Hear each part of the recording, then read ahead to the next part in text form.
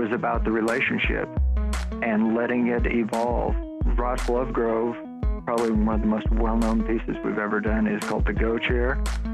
And it was the first chair ever made out of magnesium. And it started as a simple design, not even a design brief, about, let's do an inexpensive aluminum stack chair.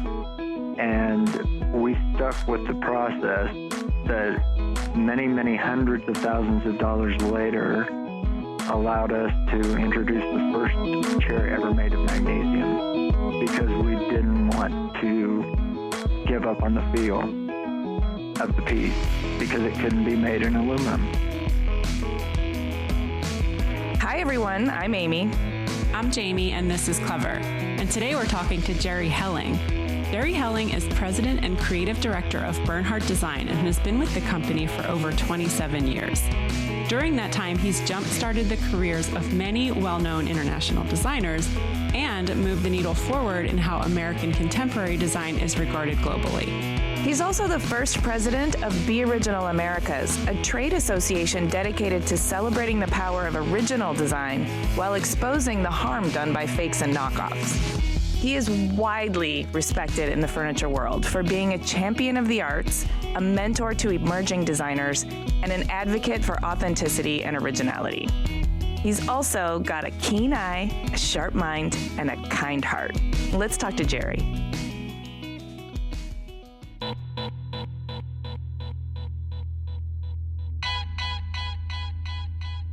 Jerry Helling from Bernhardt Design, located in Lenoir, North Carolina. I'm president and creative director of our company. I do it because I love design and furniture. Well, Jamie and I love design and furniture too. That's one of the reasons we're doing this podcast. We always like to go back to the very beginning. We want to know what your roots were like, where you grew up. Can you paint the picture of your childhood for us? I will. I'll do my very best. It was an interesting childhood. I grew up in a small town in eastern Colorado. The name of the town was Idalia, Colorado. I grew up on a ranch, and I had 11 people in my graduating class. What? So when I went to university, I would say, I'm from a really small high school. And they would say, how many people did you have in your class? And I would go, 11. And they would go, 1,100 is really pretty big. I only had 800. And I went to school, and I started school at USC in Los Angeles.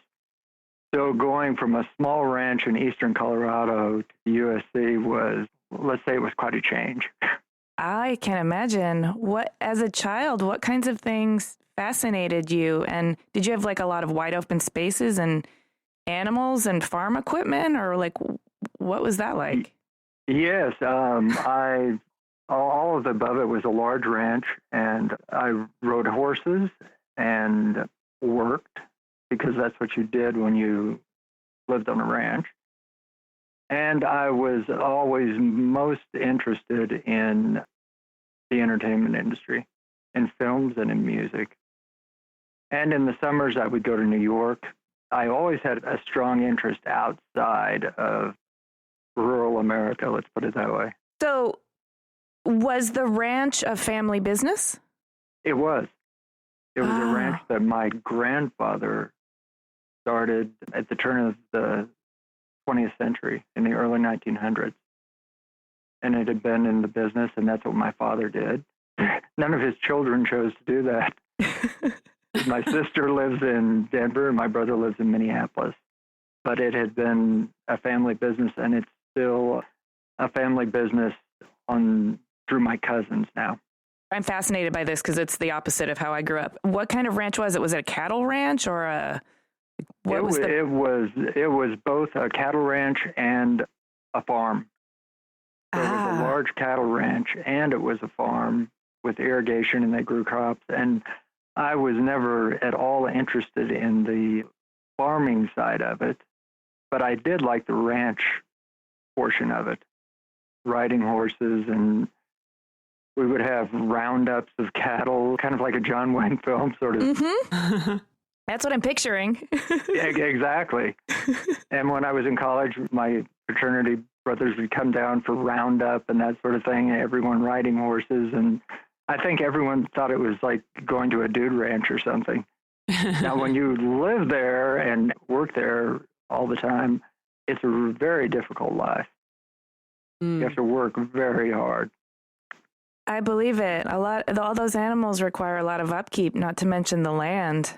And so you weren't expecting this one, were you? I love it. I didn't know you were such a cowboy. I send a picture to people. I've got one picture of me riding a horse when I was younger, because everyone I tell this story to, they're like, "Oh yeah, really?" I think you're embellishing this story. I was like, "No, this is real." Okay, we're gonna need that photo. Have it on standby for us. Oh yeah. All right. You said you were always intrigued by the entertainment industry and movies and music.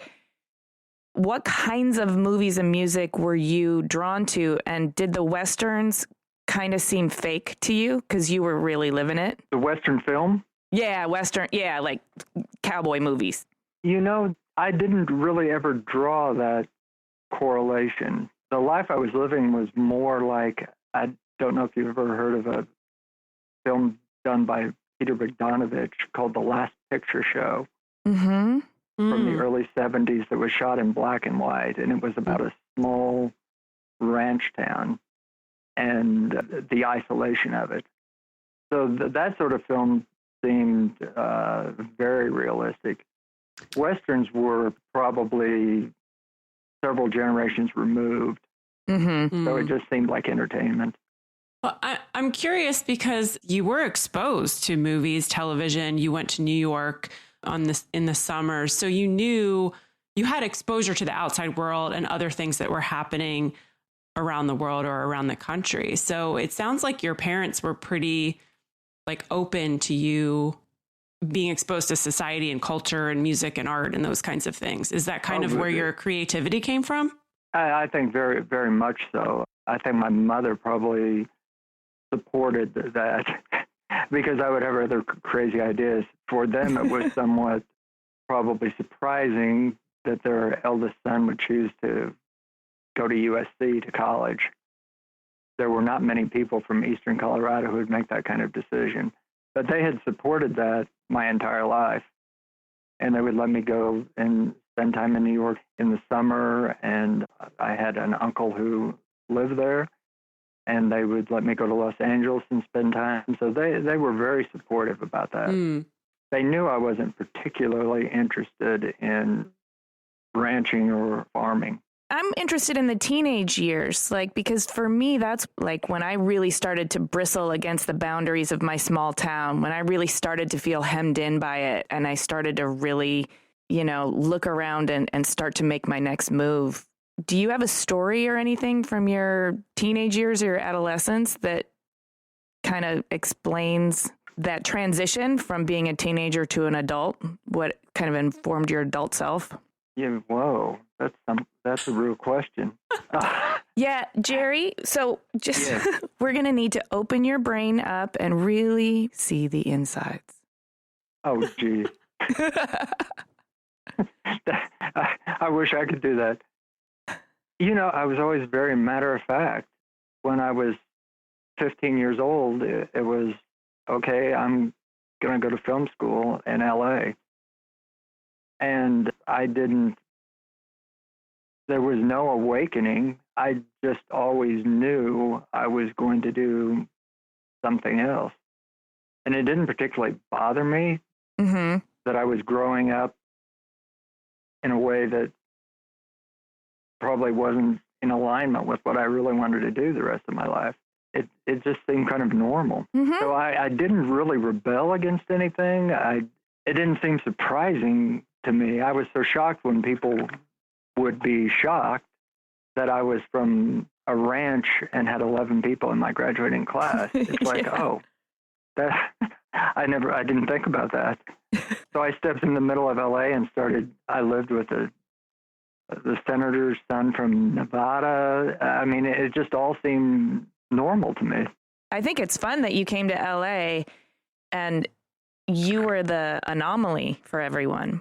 Yes, and that surprised me because I had never really thought about it. But I think in retrospect, when I think about it as an adult now, that was a pretty ballsy move on my part. Mm-hmm.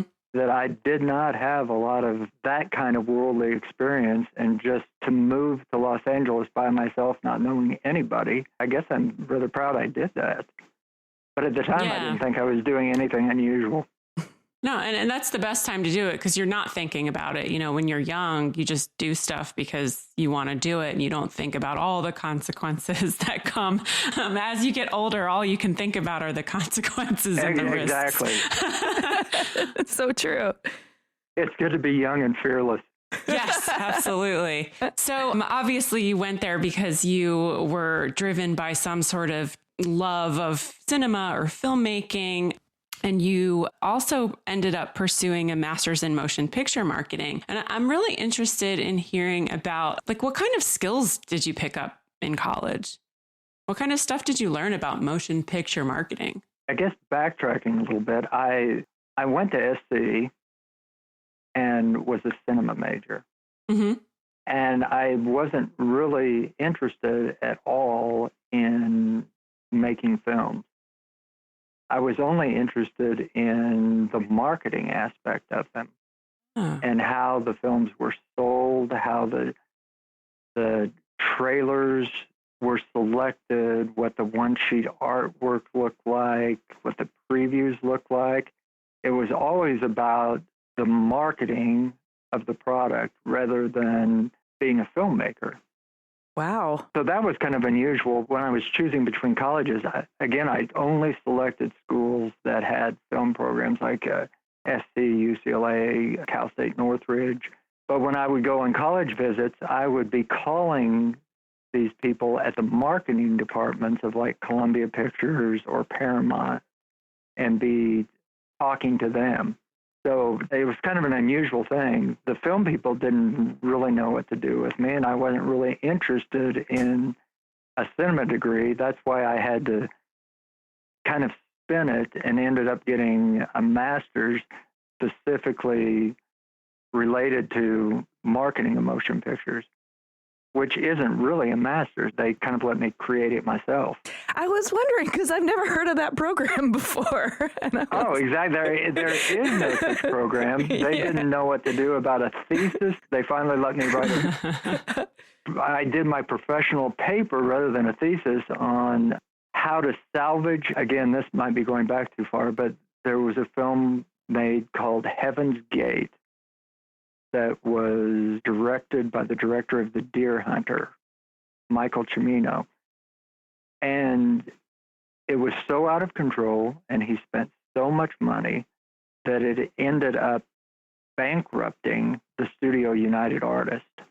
And there have been a number of books written about it. And my professional paper was how to salvage that film and respin it and remarket it and recut it to make it something that might be appealing to people. So very specific. Yes. But fascinating, and a totally different aspect of film. Exactly. Yeah, and it's really cool. The marketing aspect of it rather than the creation aspect of it. I love it because you're thinking about a film is a bit malleable, right? You've got your vision and then you've got all the parts that get edited together, and that can come together in a number of different ways. And what you're really thinking about is the life the film has after it leaves the studio and goes out into the world, and how the psychology of how people receive it and are either attracted or repelled by it. Exactly. That is fascinating. How you might alter the message to make it more appealing to them, even though it is somewhat the same product. If you set a tone and expectation that people find it appealing and interesting to begin with, they're going to be more inclined to like it. It's true. And that tone and expectation is also what weeds out the people who won't necessarily be drawn to it because they won't be inclined to like it. Exactly. Oh, this is all starting to make sense, Jerry. I'm stirred. The puzzle pieces are coming together. Well, we've only got half the story, so we got to keep going. But one of the things I'm wondering, just we didn't really cover this at all, but I'm curious as to why film. Like, what was it about film that was so attractive to you in terms of marketing? Because you can market any kind of product, right? You could have been interested in pencils or, I don't know, paper or, Tylenol or something like that. Yeah, but exactly. why film? What was it about the moving picture that was so fascinating to you? Wow. I've really never thought about this. And reflecting on it now, it was probably the storytelling aspect, the larger than life feeling that film gives you and the experience that it gives you that was so the opposite of growing up in a very isolated place. So it was probably the visual version of somebody who becomes an avid reader. And the stylistic, I was really interested, which I think ultimately led to design. I was very interested in the stylistic aspect of it, the cinematography, the set design, those aspects of filmmaking. I think a lot of those aspects really cross over into furniture. There is that idea of theater. There's certainly an idea of storytelling. So how did it actually transition for you? How did you go from film to furniture? And where did you start out? This is another unbelievable thing. When I graduated, I was in LA trying to get a job. And again, this was very specific, and there weren't many opportunities. And I spent probably 3 or 4 months, and I would go out to the pool every day and see all of these 60-year-olds sitting around reading Daily Variety. And it just dawned on me that even though I'm very interested in this and would like a career doing it, that I can't rely on the randomness that's associated with a career in Hollywood or in the entertainment industry. That I had the desire for it, but I didn't have the stomach for it. That is a very self-aware realization.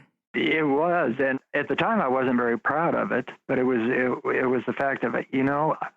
I have to be doing something where I know if I do A, B is likely to happen.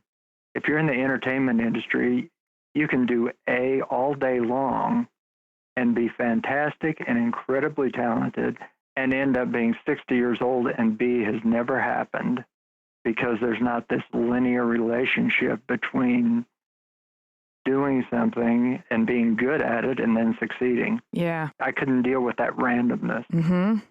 So I decided I have to get a real job. I have to at least start with a career because my parents supported me all the way through grad school and they were still supporting me. And it's like, okay, I have to get a job and maybe something will happen later that allows me to go back to this. And so I signed up for a headhunter that just started sending me on interviews. And they sent me on an interview to Steelcase for a job that didn't exist. They had made a mistake. Oh. But I spent the afternoon, there wasn't a job at Steelcase any longer. But I met the person and started talking to them about this design furniture industry and immediately became very interested in the idea that there is this amazing creative aspect to it, but it's also a business. It's not totally random that there's all the creativity, but there's also a legitimate business behind it that isn't necessarily based on luck. Right. Obviously, any success is to some degree is based on luck and circumstance, but again, a more linear path to where I could say, okay, this sounds like a cool industry. So I went back to the headhunter and said, thank you. I should be upset, but this was really cool. Start sending me for any jobs you can find that are in this furniture industry. I didn't know the terminology. I didn't know anything about it, but I started doing very quick research and started learning as much as I could about the industry. And the first job I could find was in a furniture dealership, being a salesperson, going out selling furniture to people. But very quickly, I was able to pivot that into the clients I attracted were the people that were letting me have input into their design decisions and their design direction. Mm-hmm. So I kind of established this foothold that, again, wasn't particularly orthodox for a furniture salesman. Mm-mm. But I landed some really interesting clients that let me do everything for them. That's interesting. Through college, I sold furniture too. And that, did you really? Yeah, that wasn't my first exposure to furniture, but it was something I really enjoyed doing because I really liked furniture. But my favorite part was like helping people pick out fabrics. You know, they would like bring in their paint chips and I would sit down with them and we'd look at the fabric wall and we'd talk about it. And it was so fun. It really is. Being part of that process.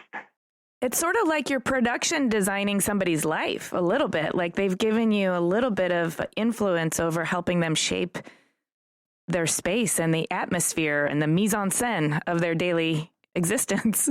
Oh, completely. And most people are a little bit not particularly confident, so they're pretty open to help. Mm-hmm. It's just a nice experience. I think one of the things, this is totally off topic, I'm not really off topic, but this is an aside because I'm thinking about it right now. When I was selling furniture to people, like they would come in and I realized like they don't know anything about color or pattern or what goes together. And when I was sitting there, I was like, I kind of know what works, but it was like instinctive. And I think that's why I got excited because I realized like I had this weird ability. Not that I was like naturally talented as an interior designer, because I'm not, but like I just had an ability or an affinity for like pattern and color and texture and size. And it was really exciting. And scale and what works or doesn't work. And when I was saying most people aren't confident, what I really meant was everything you said. I was politely trying to say exactly what you said. Most people just don't know, and they're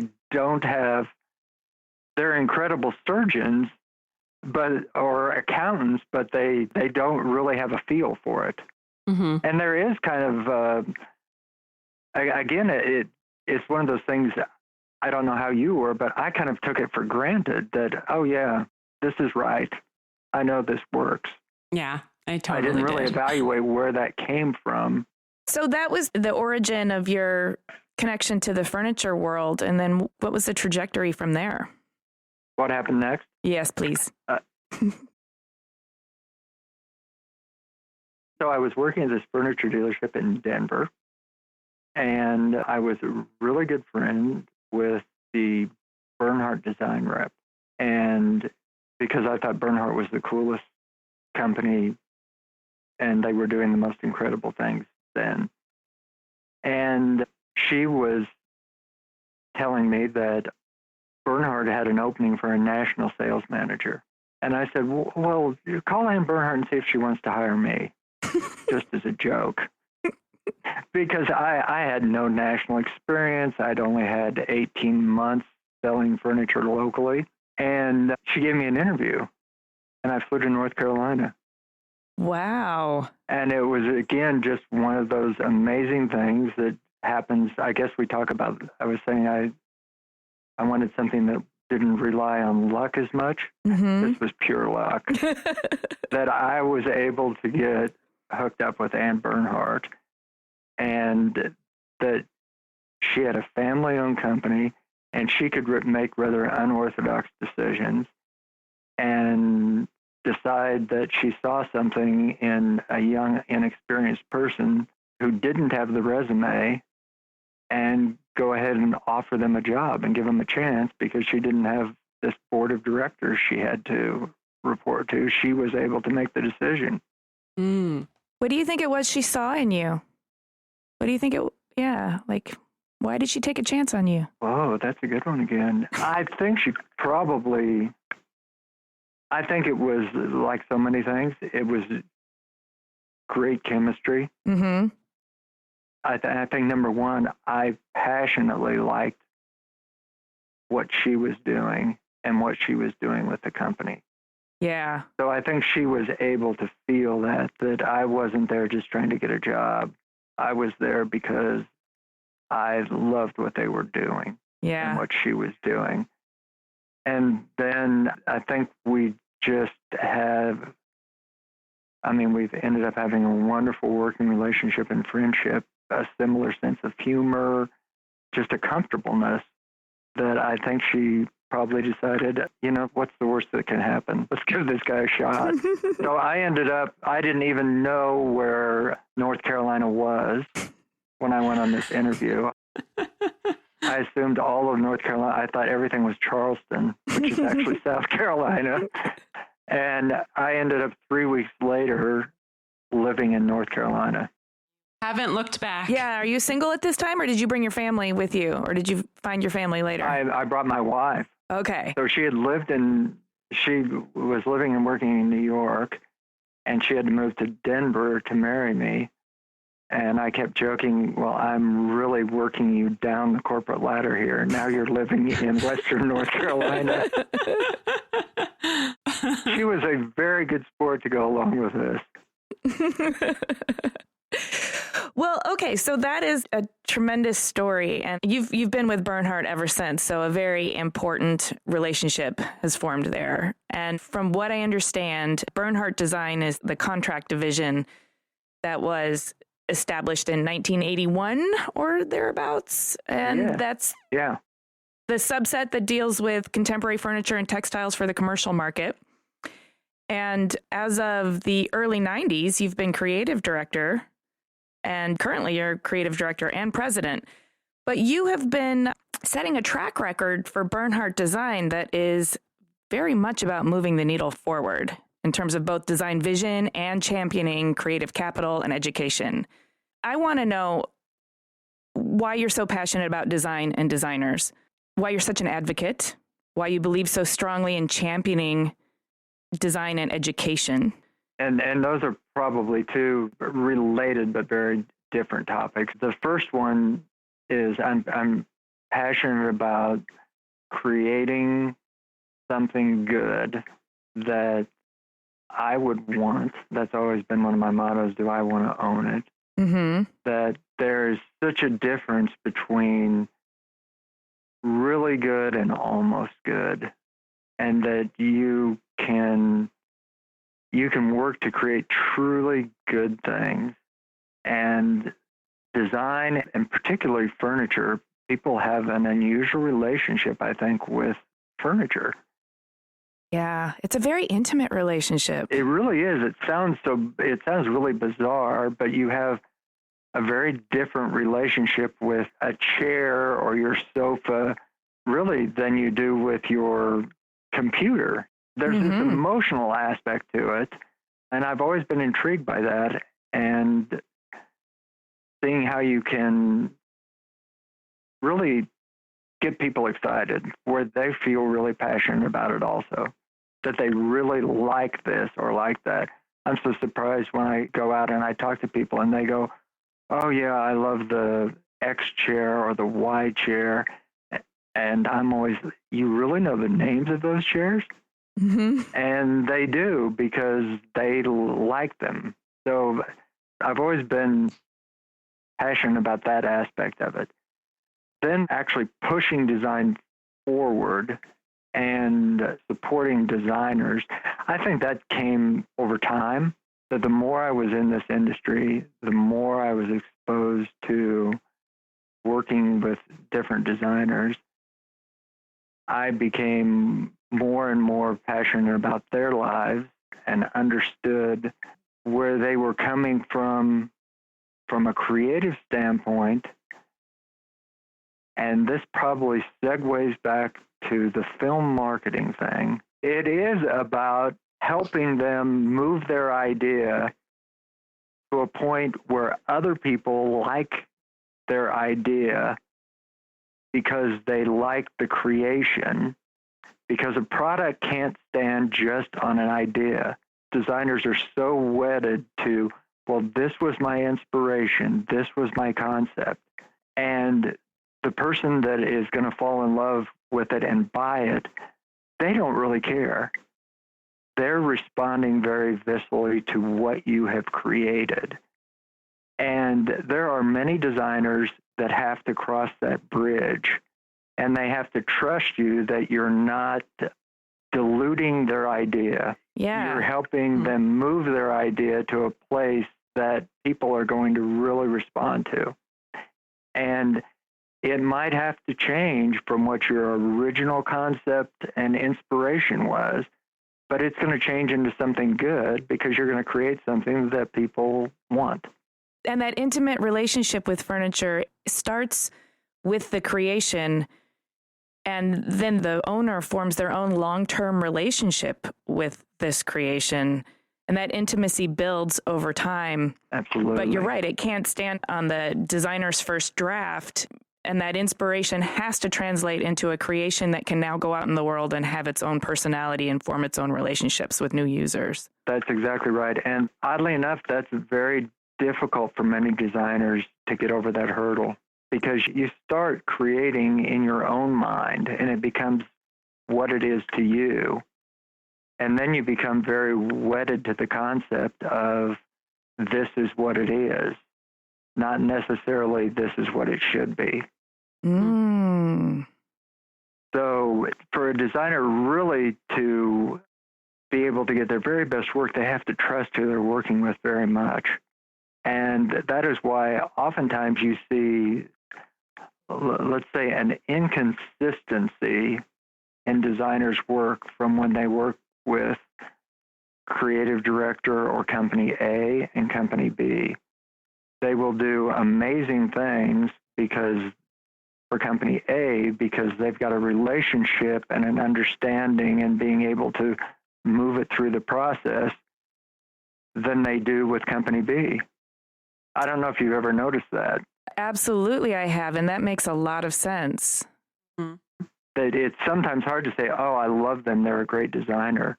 And most of them are great designers, but you're really in love with what they created for company A rather than you might have kind of liked company B, but not as much. So it's this really intertwined, trusting relationship. Absolutely. And the more I got into this, the more I worked with people, I became really inspired and motivated by trying to help people, which turned into helping the people that needed help, which are young designers and designers that don't necessarily have really large portfolios of product, people that are kind of beginning their career and can benefit from having help and direction. Well, just to tell our listeners about some of that help you're talking about, you're referring to there's a 14-week program at Art Center where students of design can actually go through the paces of what it would be like to bring a furniture piece into production and into the market.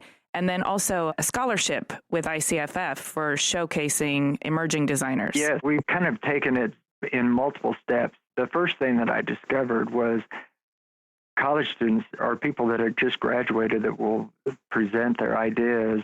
It's like, oh my God, these guys they don't know what's going on. They don't know how this thing's going to get made. They don't know how it's going to get made. They don't know how to present it. Again, they're stuck in the academia of it. Right. Wouldn't it be great to be able to allow students to go through a real life, real-time process so they would know what it was like to actually work with a client when they graduated? Wow. And that's why we started the program with Art Center. And we've been doing it for 12 or 13 years now. Then the next area that we moved into was, okay, you started a career in America, and 10 years ago, it was a little bit difficult to have a design career in America. There weren't as many opportunities as there are today. So there's a point in your career where you need more exposure.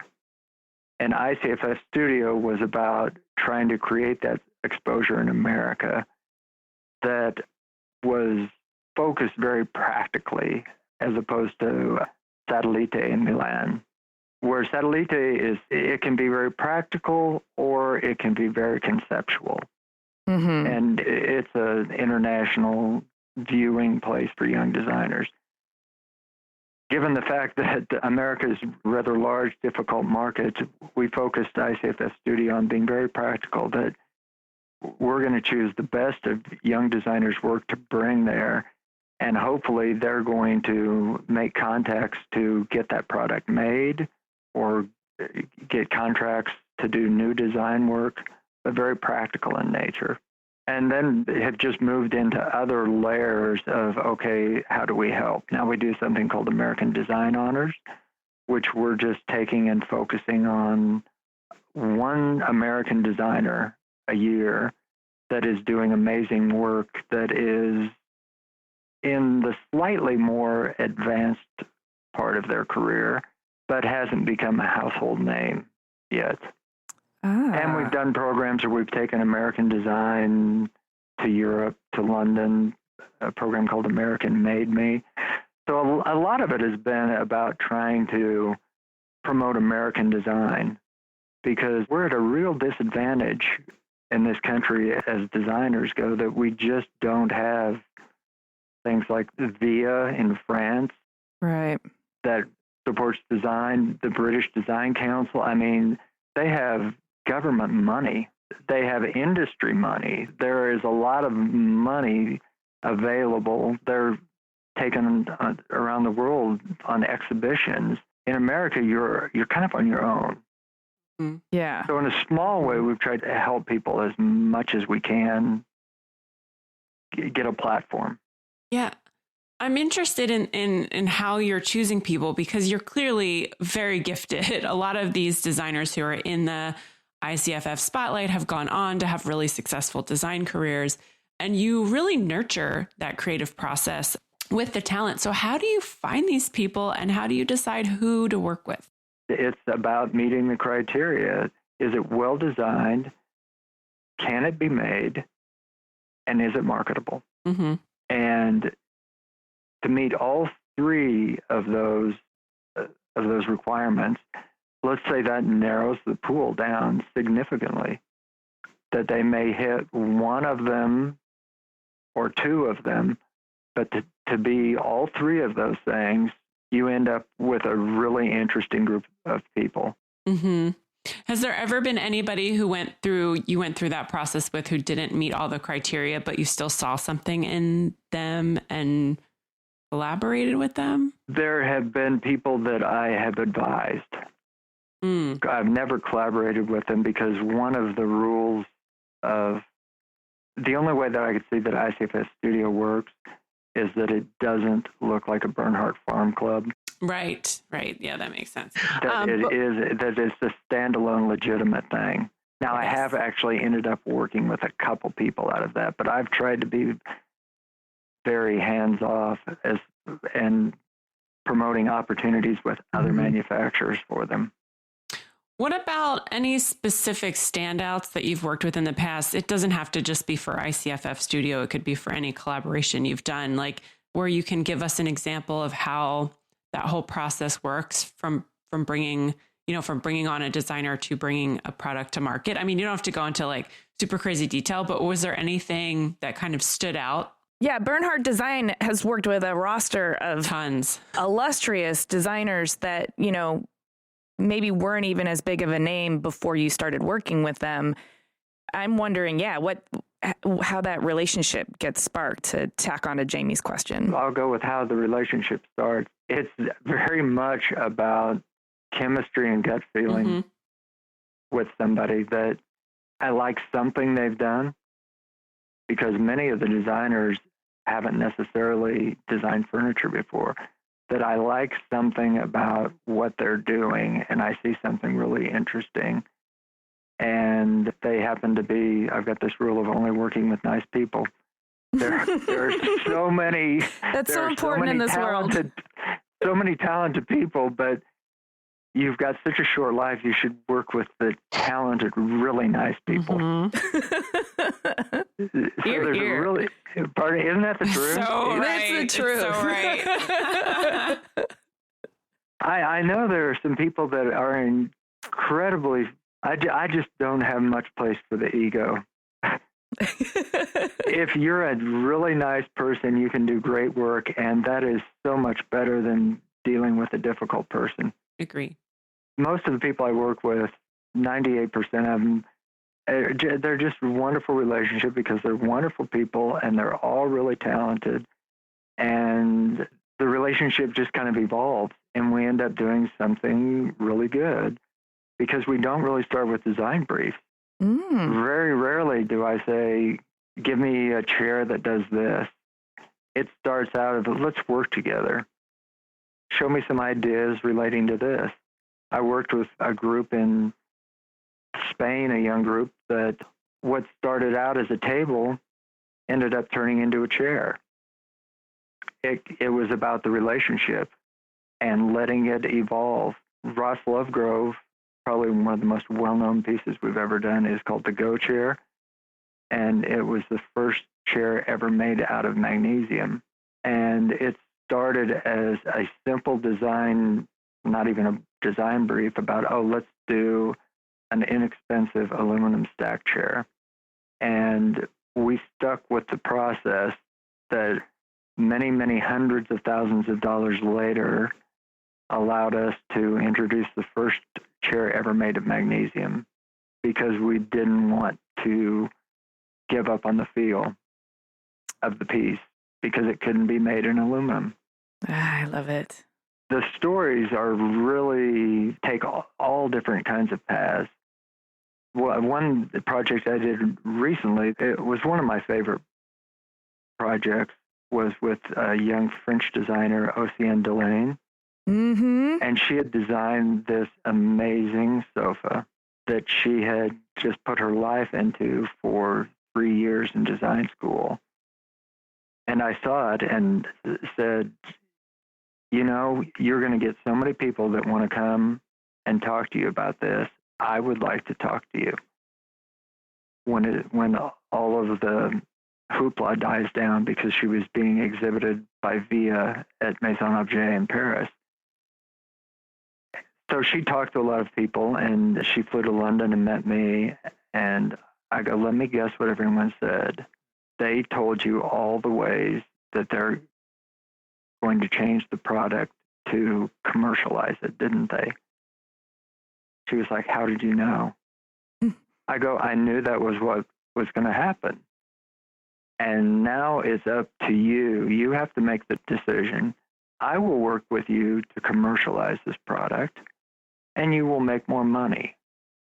Or I will do this project with you in its purest form, the way you wanted it to be, and you're not going to make any money, but you are going to get a lot of attention and exposure and respect for what you were able to create. And here's this young French designer that said, I want to do it the real way. I don't care about the money. That's a hard decision to make if your livelihood depends on it. I mean, that's a really hard decision. And she chose to do the pure version of this product. And that's why I'm using this as an example of one of my favorite projects recently, because we also had to make that decision. We didn't make any money. We made a big investment in doing something because it was creative and different and right, rather than being really commercial. Now, this probably makes me sound like not a very good business person. But I'm wondering, because you do have to you have to decide that building the brand and moving the needle has value, and that value may not be quantifiable in dollars the way selling product is, but it has a lot of value in terms of being a taste-making entity, and because it's creative and right, and because you're a steward of design, did you have to justify that decision, or have you been with Bernhardt long enough that you can operate on gut like that and just know that it's going to work out? Luckily, I'm able to operate on instinct. I obviously shared with the people that were working on this project that this is a project that we're doing because it's wonderful, not one that we're going to make a lot of money on. And everyone goes, "Oh, okay." Because you wouldn't have a company if you didn't realize there had to be a balance. Yeah. But so often companies lose the important side of doing really good stuff. They get so caught in the commercial, is it going to sell?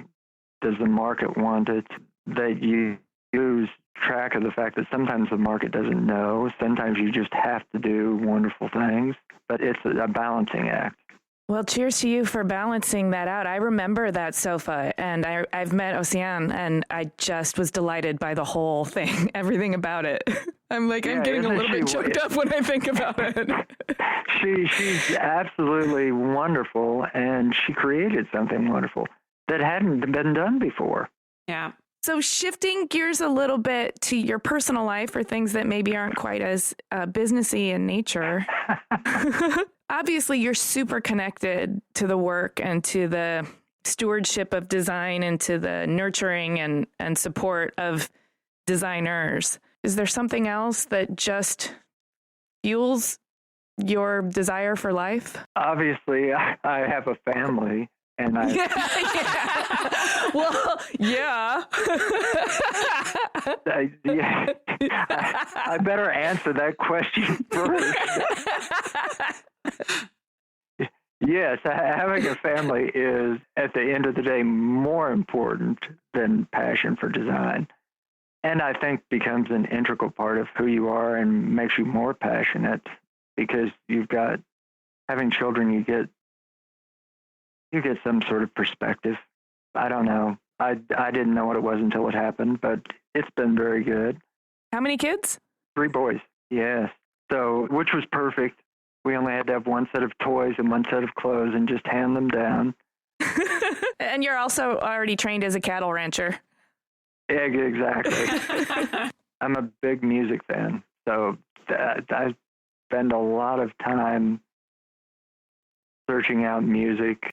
Are you a crate digger, a live music aficionado? Do you play an instrument? I do not play an instrument.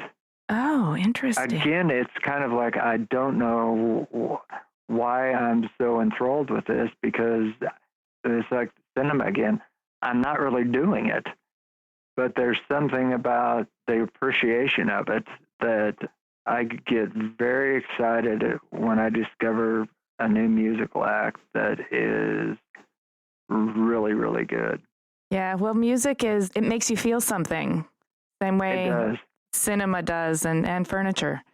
And again, it's very malleable, and it's like the whole marketing thing, the remixing of a track. You can create a completely different feel and appeal to a different person by doing the right kind of remix to a track. I want to know if you have any secret talent. Yeah, like, are you amazing at chopping onions, or other than being able to, like, rope a horse? And is it steer cattle? Wait, I don't even know how to talk cowboy rancher. You're talking about. Can you tie a lasso? I'm botching this. Shepherding the animals or whatever you were talking about. Oh, she's never been around one. I'm from Detroit. Yeah, there you have it. Well, you should know something. It's so sad. I don't believe you. I can't whistle. I don't believe that. I can't do it. I don't have any unusual talent. I think everybody has a weird talent or a secret, I think everybody has a secret talent. I mean, it might not be like the most original thing in the world, but, like, I don't know. Can you, like, tie a cherry stem into a knot with your tongue or something like that? Like that? I don't know. Like, no, you're sending me to a dark place.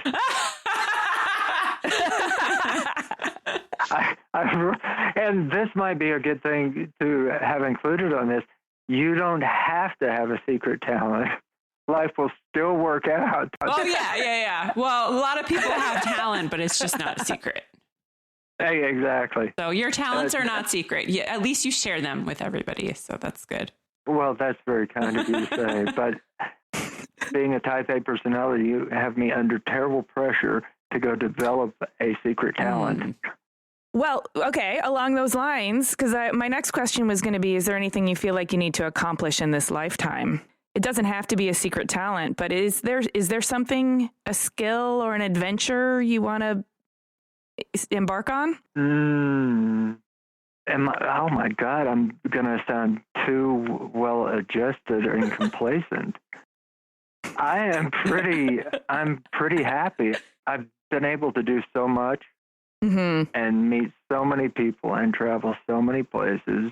I don't have this bucket list of things I think I need to do. I just get so excited about and passionate about great things that are put in front of me, interesting things that we could do, and it just happens. I don't have to go in search of it.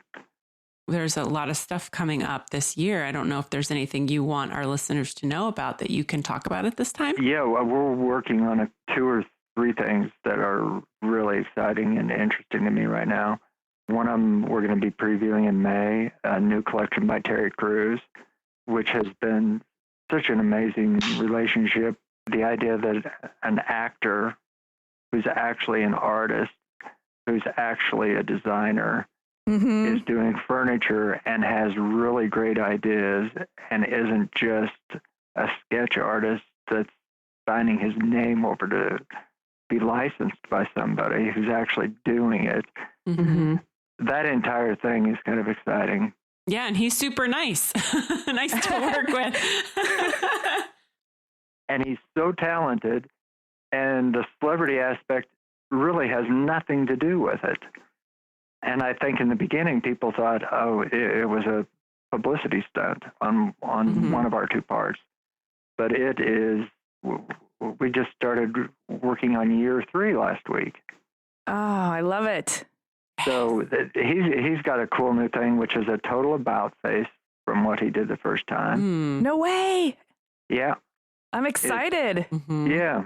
It's not as iconic. It's a very usable public space type of product, which is really good because he did some very iconic furniture to start with. We're doing a new project with Harry and Claudia Washington. Oh, I love them. Aren't they the best? They're the best. And they have a new product, a new chair that's coming out that is really going to be interesting for people. They had such a success when they did a product called Mitt. Yeah. And they have a new product named for their young son, Diego, that's going to come out. And probably the most interesting to me is working with a textile designer from Tehran. Ooh. His name is Tahir Assad Bakhtari, and he's part of the Bakhtari tribe in Iran. And I became acquainted with him because he's an artist who did these art exhibitions creating rugs and pieces of art from tribal weaves, where he went into rural Iran and helped resurrect the art of what he calls tribal weaving, is baft weaving. And I agreed to do a talk with him last year so that I could meet him because I'd never met him. 5 minutes after the talk, I said, okay, do you want to work together? And he said, yes. So we've spent the year developing this textile project, which is based a lot on inspiration from Iran and weaving, and he's now photographing it over there, and it's been amazing. So talking to him when the uprising was going on, I would be on the cell phone with him. I've learned some interesting things. I was going to go to Iran for a photo shoot. It's very difficult for us to go to Iran. I didn't realize just how difficult. It's difficult for us to mail something there. So there certainly are barriers between our two countries, but there's certainly been no barrier in our relationship. Oh, wow. Really interesting. I'm excited to see that collection. Yeah, it's cool. And meet him. Yes. Will he be at ICFF? Oh, yeah. Oh, Great. Wonderful. Yeah. Wonderful. Yeah. It's so, especially knowing that you're curating relationships and design for nice people as well. It's always wonderful to meet the designers that you work with because they're always such wonderful personalities. And I love connecting their personalities to their work, like physically. It's really great. Well, yeah. I've never thought about that, but their personalities probably do come through in a way in their work. Absolutely. I love meeting the people because then you just love the objects even more because you know who made them or who thought them up. And have you met Victor and Sarah from Raleigh Denham? Raleigh Denham. Yes, I have. I haven't yet. I keep hearing about them. They're previewing a new product for us also that cool. So you'll get to meet them. Oh, good. Yeah, party in the Bernhardt booth at ICFF.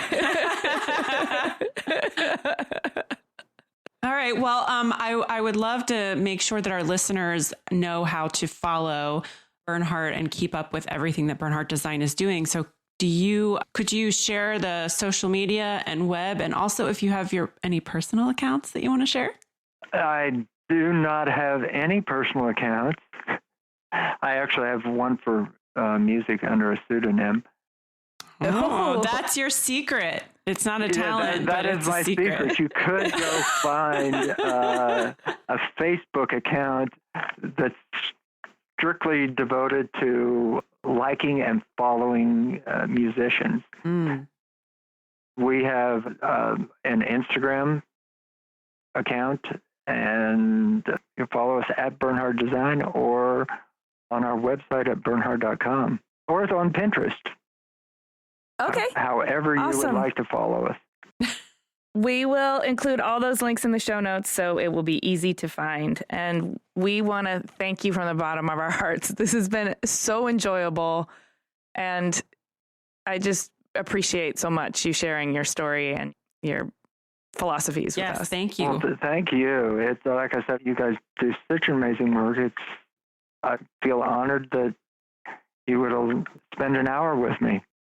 Thank you, guys. Bye-bye. Bye.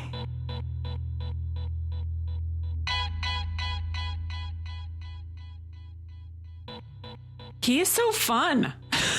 He's so fun. I mean, and what a true steward of design. Oh, yeah, totally.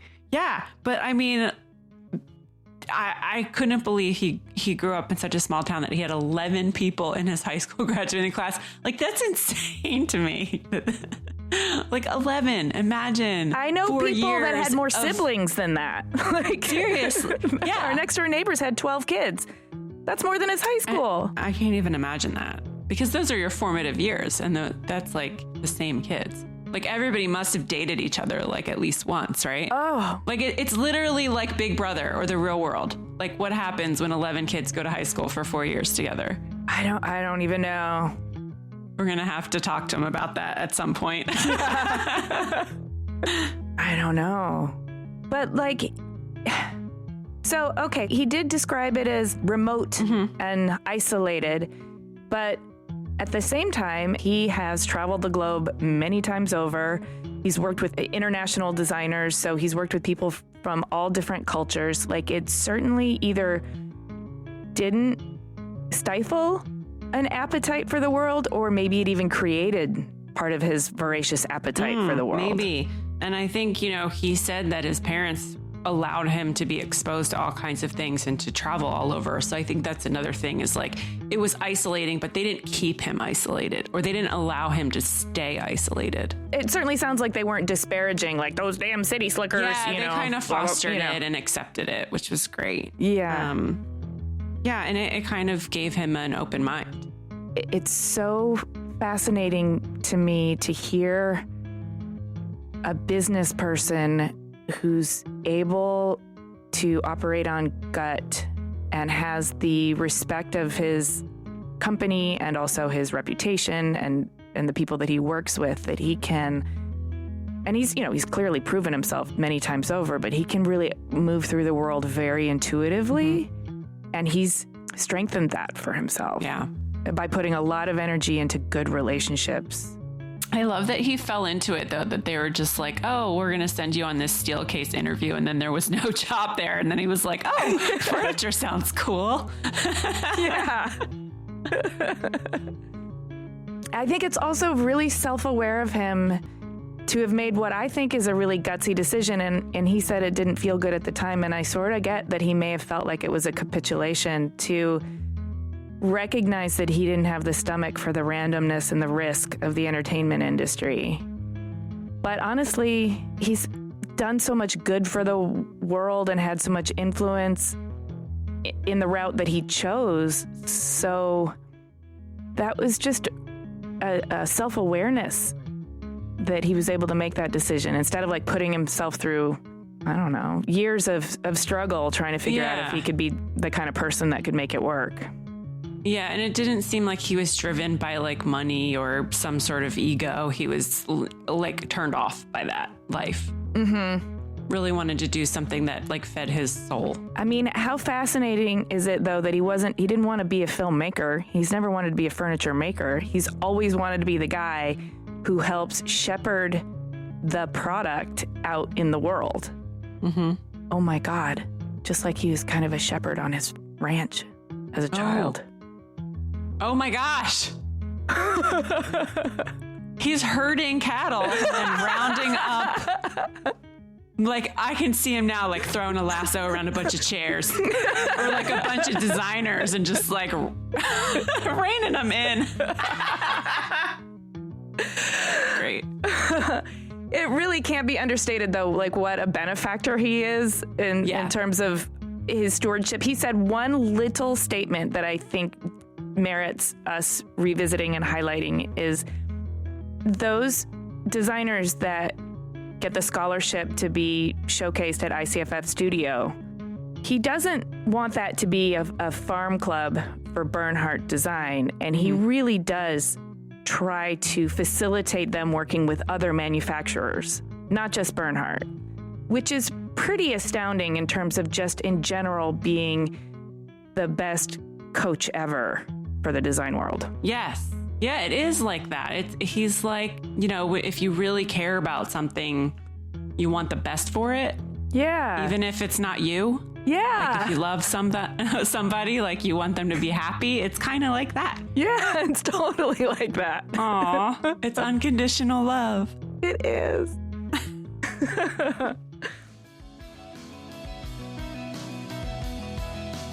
Hey, you guys, thank you for listening. Please do us a favor and subscribe to Clever on Apple Podcasts or wherever you get your podcasts, like Stitcher, Google Play Music. You can ask Alexa or Siri or all those people. Go to cleverpodcast.com, sign up for our newsletter, and read the show notes and learn more about Jerry's work with Bernhardt Design and Be Original Americas. You can also connect with us on Twitter, Instagram, and Facebook at Clever Podcast. We read every single comment. We really do. This episode of Clever was edited by Ty Navarez and Alex Perez with music by L1011.